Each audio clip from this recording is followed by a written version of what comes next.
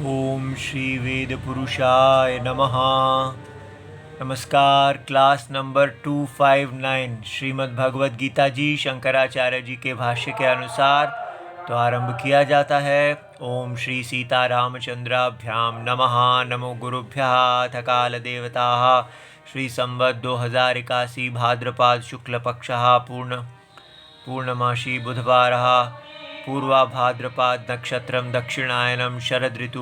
ओम तत्सत्। श्री शंकराचार्याय गुरवे नमः।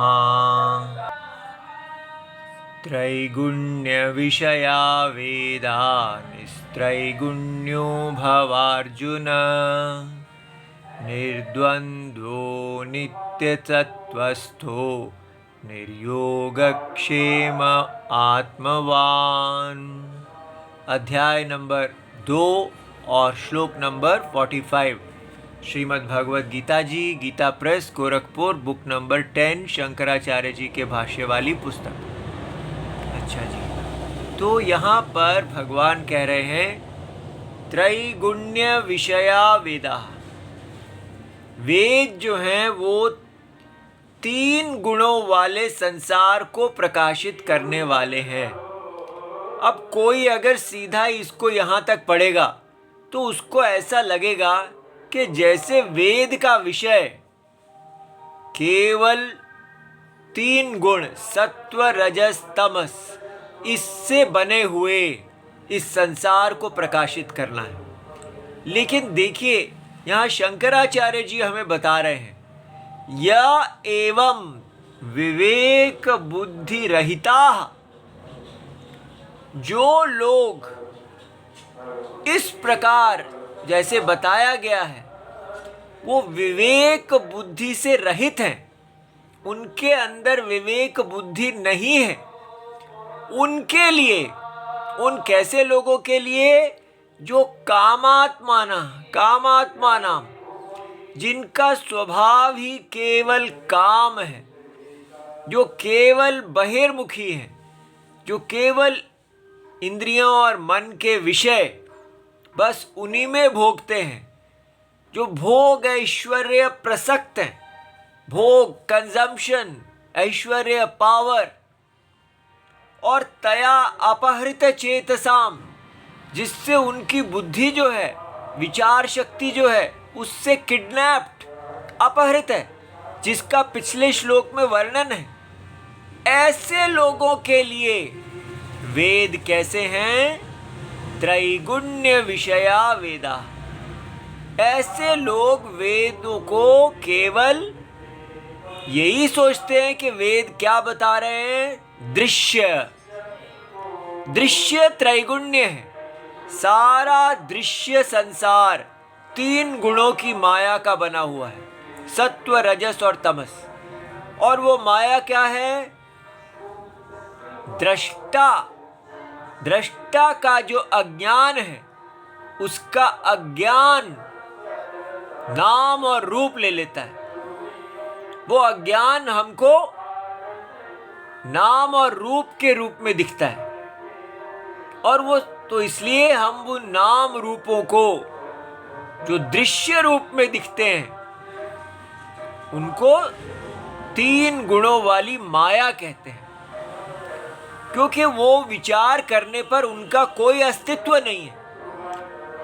तो इसलिए ये लोग जो कामी हैं वो वेद को इतना संकुचित कर देते हैं कि वेद केवल यही बता रहे हैं कि इस पूरे संसार में जो पुण्य से और पाप से आप क्या जीत सकते हैं, कैसे कर्म किए जाएं कि इस त्रिगुणात्मिका 3 गुणों से बने हुए संसार में क्या जीता जा सकता है। तो वो तो जो कुछ भी जीता जाएगा वो अनित्य होगा, क्योंकि वो 3 गुणों से बना हुआ है।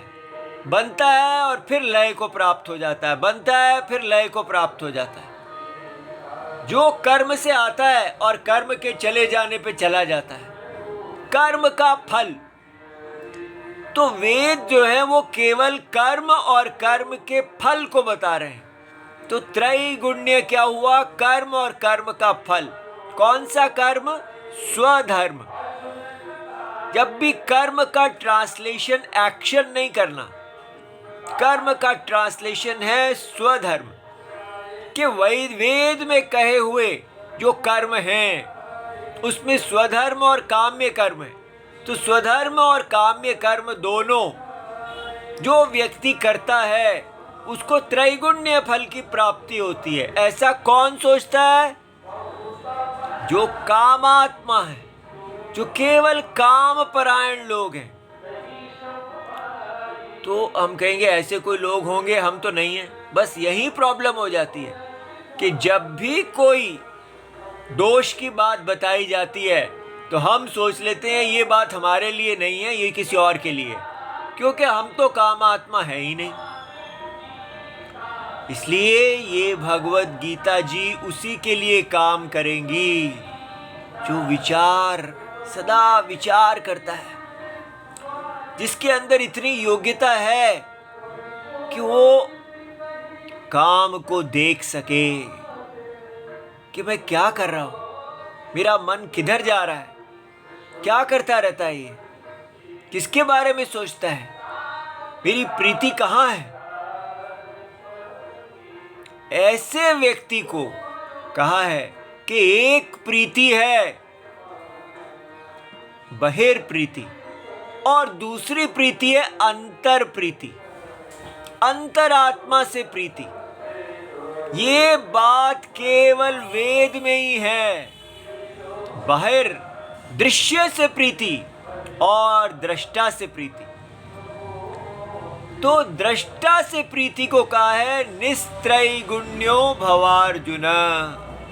हे अर्जुन, आप निस्त्रैगुण्य बने, उससे प्यार करें जो माया का कार्य नहीं है।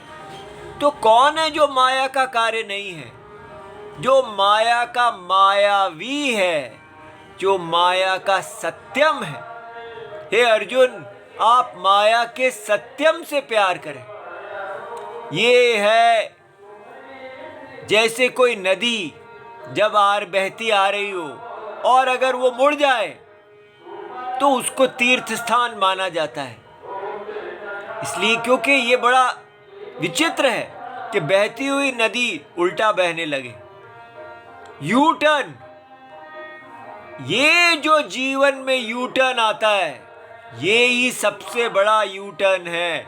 ये ही भगवत गीता का यू टर्न है, त्रैगुण्य से निस्त्रैगुण्य। बस हमारे केस में, हमारे विषय में क्या है कि हमको यहाँ पर कहा जा रहा है कि अगर आप वैदिक कर्म काम्य कर्मों से कर रहे हैं, काम्य दृष्टि से अपने स्वधर्म को कर रहे हैं, तो आप निष्काम भाव से स्वधर्म को कीजिए। लेकिन हमारे लिए क्या है? हमने तो स्वधर्म ही परित्याग किया हुआ है। तो हमारी हालत क्या है? हमारी हालत वाल्मीकि जी जैसी है। हमें वाल्मीकि जी के स्थान से आरंभ करके अपने स्वधर्म को धारण करना है निस्त्रैगुण्य बन के। इसलिए हम इस समय बाजार में हैं। ये बाजार धर्म क्या होता है, इसको अच्छी तरह समझना है। बाजार धर्म और वेदोक्त धर्म, बड़ी विचित्र बात है कि लोग बाजार के साथ धर्म शब्द लगाते हैं। बाजार धर्म क्या होता है? जब व्यक्ति कोई बड़ा सिद्धांतवादी हो तो उसको कहा जाता है कि भाई आपने अब अपने सिद्धांत देख लिए, उससे कुछ नहीं बनाना, धरे के धरे रह गए, अपने सिद्धांतों पे चलोगे तो रोटी भी नहीं मिलेगी। अब आप बाजार को समझ जाइए, सिद्धांतों को छोड़िए और बाजार धर्म का पालन कीजिए। बाजार क्या है? लाभ, प्रॉफिट। यहाँ पर दुनिया प्रॉफिट के लिए उतरती है। यहाँ कोई किसी का नहीं है। यहाँ ये एक देवता है, ये बाजार एक भगवान है। इस बाजार देव को अगर आप रक्षा करेंगे तो ये बाजार देव आपकी रक्षा करेगा। जो वैदिक धर्म में हमें कहा जाता है कि धर्मः रक्षति रक्षितः, वैदिक स्वधर्म की आप रक्षा करेंगे तो वैदिक स्वधर्म आपकी रक्षा करेगा। लेकिन वही मंत्र, वही श्लोक हमें बाजार के विषय में पढ़ाया जाता है कि ये देवता जो है ये किसी का नहीं है, जो इसकी पूजा करेगा ये उसको पालेगा, और जो इसका अनादर करेगा ये उसका अनादर करेगा। इसलिए बाजार में आए हो तो सब अपना सिद्धांत आदि भूल जाओ, केवल वो करो जिससे तुम्हारा लाभ होता है। इसमें कोई माँ बहन नहीं है। बाजार में कोई किसी का नहीं है। आपको अपना उल्लू सीधा करना है बस। दूसरा अगर बुद्धू है तो वो मार खाएगा। इसलिए अगर आप चतुर हैं तो आप अपना माल बेच देंगे और बुद्धू बेकार माल खरीद लेगा, कोई किसी पे दया नहीं करेगा। ये है बाजार धर्म। और इस बाजार धर्म को हम हिंदुओं ने धर्म मान लिया है कि बाजार में जब रहना है तो फिर कोई किसी का नहीं। इसलिए इसको बोलते हैं अवसरवादी, अपॉर्चुनिस्ट। पूरी तरह केवल पैसे कमाने वाले, चाहे आप डॉक्टर हो, चाहे आप वकील हो, चाहे आप पॉलिटिशियन हो, पुलिसमैन हो, कुछ भी हो, आप बाजार में हैं तो फिर आपका कोई सिद्धांत नहीं है। सिद्धांत से चलोगे तो फिर आपको कुछ नहीं मिलेगा। इसलिए हम अपने बच्चों को पढ़ाते हैं कि तू बाजार में पैसा कमाने जा रहा है, धर्म कमाने नहीं जा रहा। याद रखना, जब शाम को घर आएगा तो घर वाले ये नहीं पूछेंगे तू क्या धर्म कमा के आया है। घर वाले ये पूछेंगे तेरी जेब में कितना पैसा है। पैसा ही सब कुछ है। अगर पैसा होगा तो तू धर्म भी कर लेना, लेकिन अगर केवल तेरे पास धर्म हुआ तो कुछ नहीं कर पाएगा। तो जीवन में सक्सेस क्या है, सफलता क्या है जीवन की? जीवन की सफलता पैसा है। ये जो मूल हम हिंदुओं ने सीख लिया है कि जीवन का मूल है पैसा कमाओ और उस पैसे से आप अपने मठ मंदिरों को दान करो। सारे मठ मंदिर, पूजा इत्यादि सब कुछ बाजार से कमाए हुए पैसे से होते हैं। तो पैसा तो बाजार से ही कमाना है जी, कहाँ कमाएंगे? पैसा यज्ञ से कमाया जाता है। वैदिक धर्म में है कि आप अपना स्वधर्म करो और स्वधर्म से जो प्राप्त हो जाए उससे संतोष करो। कभी भी अपने स्वधर्म से ना गिरो, क्योंकि धर्म अर्थ काम मोक्ष, धर्म बड़ा है। धर्म का पुत्र है अर्थ काम और मोक्ष। सबसे बड़ी चीज धर्म है। लेकिन हमने हिंदुओं ने बदल दिया है कि सबसे बड़ी चीज है पैसा। पैसे से आप धर्म और काम दोनों की प्राप्ति हो सकती है। अर्थ सबसे बड़ा है। अर्थपरायण, अर्थ से आप काम भी खरीद लेंगे। पत्नी बच्चे सब पैसे से खरीदे जाएंगे। इसलिए ये जो अर्थपरायणता है, इकोनॉमिक एम्पावरमेंट, जिसके लिए हमारे सारे बच्चे जी रहे हैं, क्या है? 12th में कितने मार्क्स आए? 98%। उसके बाद क्या किया? IIT। उसमें क्या किया? टॉप। उसके बाद क्या किया? IIM अहमदाबाद। उसके बाद क्या किया? मल्टीनेशनल कंपनी के अंदर जॉब, ये सक्सेस है। किस लिए जी रहे हो? ऊंचे से ऊंचा पैसा और पद प्राप्त करने के लिए। और बाकी सारी दुनिया बस जो कुछ भी करती है उसमें ये नहीं देखती कि इससे ये धर्म है या अधर्म है, वो यही देखती है इसमें पैसा है या नहीं है। तो इसलिए अब हम कहेंगे ये तो कोई छोड़ेगा नहीं जी, बाजार के लिए तो हम जिएंगे, ज़्यादा से ज़्यादा आपको पैसे दे देंगे। तो वही करना होता तो फिर हम अपने राम जी के दास क्यों बनते? राम जी ने हमें यही सिखाया है कि मेरे वैदिक धर्म को, मेरी आज्ञा का पालन करोगे तो आपका कल्याण होगा, और मेरी आज्ञा का उल्लंघन करके अगर आप अर्थपरायण होगे तो आपका विनाश होगा। इसलिए हम ये नई दुनिया नहीं सिखा सकते। इसलिए जब भगवान यहाँ कह रहे हैं निस्त्रैगुण्य भवार्जुन, तो ये तो बहुत ही बड़ी चीज़ है।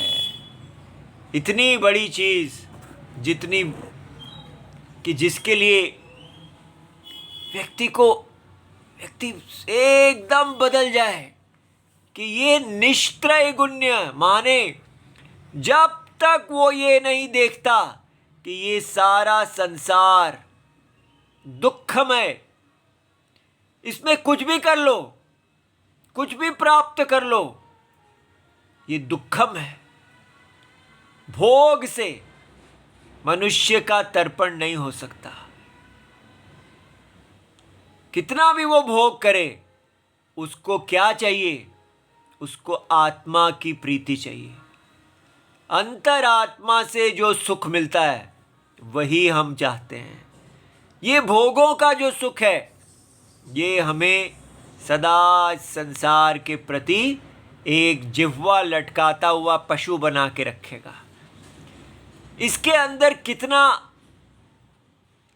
एक स्वाभिमान की हानि है, दुखम है। इसलिए अपने अंदर की जो प्यार की भूख है, जो उसको पहचानता है कि क्यों मैं बार बार इस संसार में इन चीज़ों के पीछे भाग रहा हूँ, इन स्त्रियों के पीछे भाग रहा हूँ, इस धन के पीछे भाग रहा हूँ, मुझे अंतरात्मा निस्त्रैगुण्य अंतर प्रीत चाहिए। अंदर के जो सत्य आत्मा है, जो शांत हैं, जो स्वयं आनंद रूप है, जो अभेद आनंद है, जो भोगानंद नहीं है, जो स्वरूपानंद है। इसलिए व्यक्ति को अंदर मुड़ना है। इसको कहते हैं लोक परीक्षा, कि आप पूरे संसार की परीक्षा करें कि ये क्या देता है, क्या है यहाँ पर, ये इंद्रियों का विषय क्या है, ये कितना, क्या इसके लिए जी सकते हैं, क्या ये तृप्त करेगा? और व्यक्ति उसको छोड़ के तो सन्यासी बन जाए सब, यही गड़बड़ है। उसको छोड़ के माने स्वधर्म को नहीं छोड़ के। तब भगवान बता रहे हैं कि निस्त्रैगुण्य भवार्जुना का मतलब क्या है, कि कैसे आपने अपना स्वधर्म करना है। ये स्वधर्म करने का तरीका है। स्वधर्म नहीं छोड़ना, स्वधर्म को काम परायणता छोड़नी है। स्वधर्म को भगवान की आज्ञा मानते हुए करना है। और स्वधर्म, तो अब हम इसके भाष्य को देखते हैं। त्रैगुण्य विषया, ठीक है, त्रैगुण्यम संसारः। तो त्रैगुण्य विषया क्या है? 3 गुणों वाला जो संसार है। विषयः प्रकाशितव्यो येषाम, जिनके द्वारा प्रकाशित किया जाता है, वो कौन है? वेद। तो इसलिए ऐसा कौन मानते हैं? जो कामी लोग हैं, कामी लोगों के लिए केवल दृश्य ही दिखता है उनको। तो मॉडर्न साइंटिस्ट जो हैं वो अपने प्रत्यक्ष अनुमान से दृश्य को देखते हैं, और जो वैदिक कामी हैं वो वेद में भी केवल यही देखते हैं कि ये इस जगह इस लोक के दृश्य भोग और उस लोक के भोग, वो भी बहिर्दृष्टि रखने वाले हैं। दोनों में भेद देखिए। इसलिए रिलीजन्स कामात्मा, सारे को कामात्मा ही बनाते हैं, कामी बनो और जन्नत में जाओ। लेकिन वेद ही हैं जो कहते हैं कि ये स्वर्ग जो है ये इसके लिए जीना अधर्म से अच्छा है, अधर्म से अच्छा है आप काम्य कर्म करें। लेकिन काम्य कर्म में यही दोष है कि वो आपको बार बार शरीर देता रहेगा, आप मोक्ष को प्राप्त नहीं करेंगे। इसलिए हे अर्जुन, यदि आप मोक्ष की प्राप्ति चाहते हैं तो फिर त्रैगुण्य विषयः त्वं तू निस्त्रैगुण्यो भव। वेद तो 3 गुणों को प्रकाशित करने वाले, जो लोग ऐसा मानते हैं तुम उनकी बात मत मानो। तुम जानो कि वेद निस्त्रैगुण्यों को प्रकाशित करने वाले हैं। वेद का मूल विषय निस्त्रैगुण्य है। ऐसा नहीं इसका अर्थ लेना कि वेद तो त्रैगुण्यों को प्रकाशित करने वाले हैं, तुम वेद को छोड़ दो। देखो ये भी अर्थ लोग ले सकते हैं कि वेद क्या है, निस्त्रैगुण्यों को बता रहे हैं। निस्त्रैगुण्य भवा अर्जुन, तो त्रैगुण्य वेद से मिला, अब वेद को छोड़ो। और तो भगवत गीता वेद के विरुद्ध बता रही है, ऐसे नहीं लेना। वेद त्रैगुण्य और निस्त्रैगुण्य दोनों को बताती है। वेद ही बताते हैं कि अविद्या में आपके कर्मों के द्वारा आप शरीर को प्राप्त करते हैं। अविद्या में आत्मा कर्ता भोक्ता है, लेकिन वास्तव में आत्मा अकर्ता अभोक्ता है। तो अकर्ता अभोक्ता आत्मा को जानने के लिए आप निष्काम प्रीति, अंतरात्मा से प्रीति करो। इसलिए त्रैगुण्य और निस्त्रैगुण्य दोनों वेद का विषय है। और भगवान क्या कह रहे हैं कि आप काम को छोड़ दो, लेकिन वैदिक स्वधर्म को ना छोड़ो। ये बात समझ में आ गई। इसलिए निस्त्रैगुण्यो भव अर्जुन का मतलब क्या है, निष्कामो भव इत्यर्थ। काम को छोड़ो, ना कि धर्म रहिता भव अर्जुन। स्वधर्म को छोड़ दो, ऐसा नहीं कहा गया। इसलिए अगर आप हमारे सुनने वालों में कोई एक भी है तो वो ये बात समझे कि वैदिक स्वधर्म और बाजार धर्म दोनों अलग अलग है। इसलिए व्यक्ति को इस पॉइंट पे बड़ा विचार करना है कि वैदिक धर्म क्या है, वर्णाश्रम धर्म। वैदिक धर्म क्या है कि तो हम इसमें कैसे जा सकते हैं। अभी तो हम MBA इत्यादि ये सब करके बैठे हैं, कंपनीज में लगे हुए हैं बस।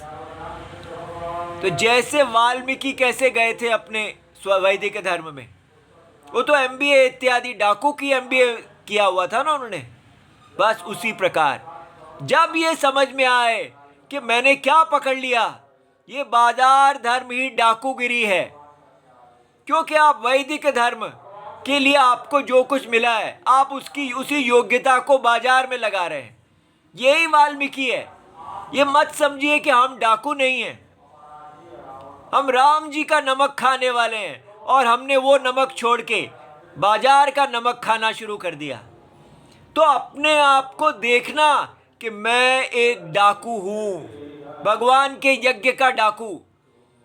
मेरा जन्म हुआ है भगवान का मुख बनने के लिए, भगवान का उनके शरीर की वृद्धि करने के लिए।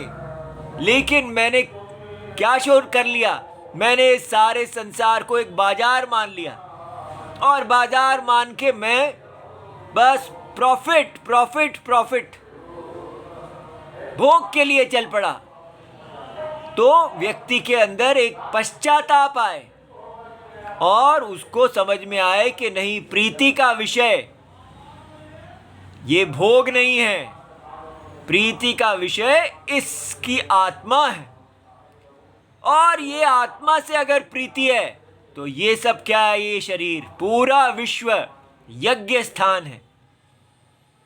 और मुझे बाजार में काम नहीं करना किसी मालिक के लिए, मुझे भगवान विष्णु का अंग होके उनके शरीर का वर्धन करना है। इसलिए दुनिया सुने ना सुने, क्योंकि ये तो हमने देख ही लिया है, ये इसको रेयरेस्ट ऑफ रेयर करेगा, कोई दुर्लभ ही होगा जो ये करेगा। इसलिए ये भगवत गीता बनी ही दुर्लभ अधिकारी के लिए है। तो ये मत समझना कि जब सारी दुनिया करेगी तब मैं करूँगा, क्योंकि सारी दुनिया कभी नहीं करेगी, इसको वही करेगा जो पागल होगा। ठीक है, इसलिए राम जी की तरह पागल।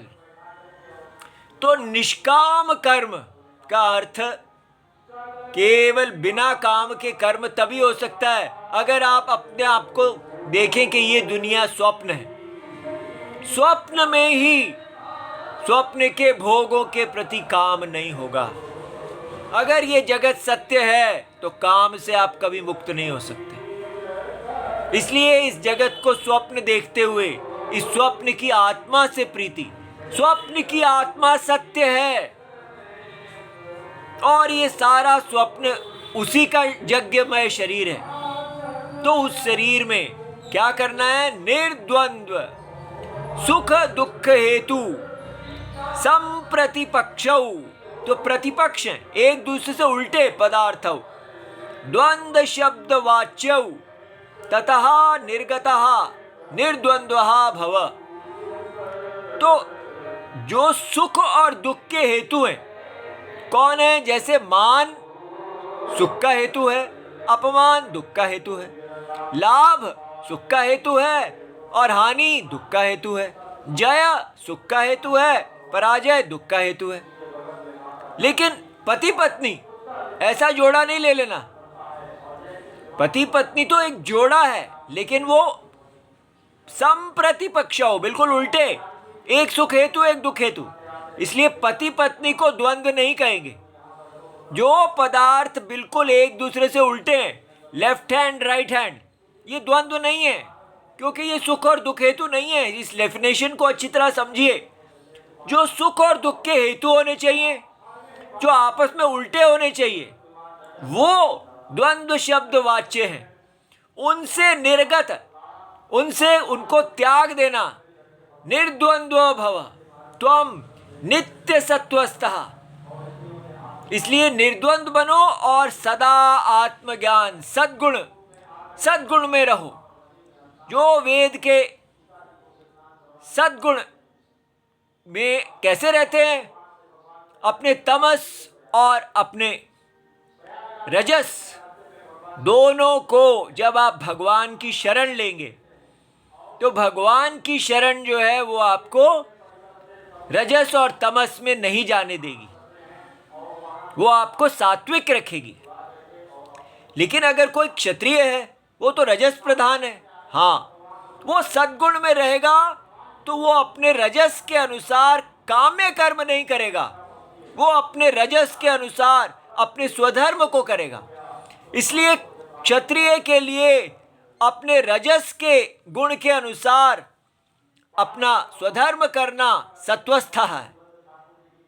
ये सत्व ही उसको बताएंगे एक क्षत्रिय को कि आपने धर्म के लिए युद्ध करना है। इसी प्रकार शूद्र को, उनको जब पता लगेगा कि मेरा तमस प्रधान है गुण, तो उनका भगवान की शरणागति उनको बताएगी कि इसमें आपको कोई रोष नहीं करना है, आपको अपने आप को समर्पण करना है और आपको सेवा में लग जाना है, बस यही आपका धर्म है, इसी से आप मेरी अर्चना करते हो। तो इसलिए नित्य सत्वस्थः का मतलब है कि सदा भगवान की शरण में बने रहो और गुणों को वश में ना आओ, असंग रहो इन गुणों से। इन गुणों को आप अपने स्वधर्म के लिए प्रयोग करो। नित्य योग क्षेम, मनुष्य जो है वो अनुपातस्य उपादानम, जो चीज प्राप्त नहीं है उसको प्राप्त करने में लगा रहता है, और जो चीज प्राप्त कर ली है उसकी रक्षा में करता रहता है। तो अप्राप्त को प्राप्त करता है और प्राप्त की रक्षा में लगा रहता है। तो योगक्षेमं प्रधानस्य श्रेयसी प्रवृत्ति दुष्करा।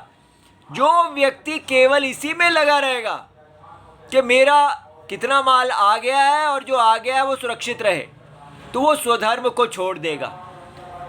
इसलिए निर्योगक्षेम भव।